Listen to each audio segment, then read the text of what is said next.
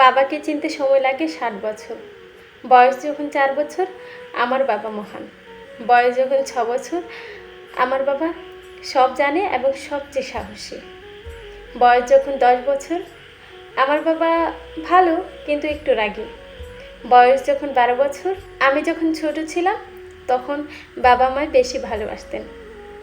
বয়স যখন 16 বছর আমার বাবা খুবই ব্যাকডেটেড, নতুন কোনো কিছুই বোঝে না। বয়স যখন 18 বছর আমার বাবা কেমন যেন দিন দিন খিটখিটে হয়ে যাচ্ছে। বয়স যখন 20 বছর বাবার সঙ্গে থাকাটাই অসহ্য হয়ে উঠেছে, জানি না মা কেমন করে থাকে। বয়স যখন 25 বছর আমার বাবার সব কিছুতেই মানা, কবে যে বুঝবে কে জানে। বয়স যখন 30 বছর আমার ছোট ছেলেটাকে সামলানো খুব মুশকিল হয়ে পড়েছে, অথচ এই বয়সে আমরা আমাদের বাবা মাকে কতটা ভয় পেতাম।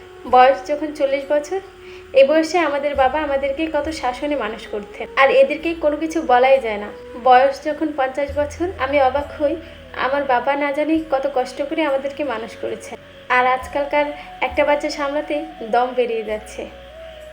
বয়স যখন 60 বছর আমার বাবা মহান, বেঁচে থাকা পর্যন্ত আমাদের খেয়াল রেখেছেন। আসলে বাবাকে চিনতে সময় লাগে 60 বছর।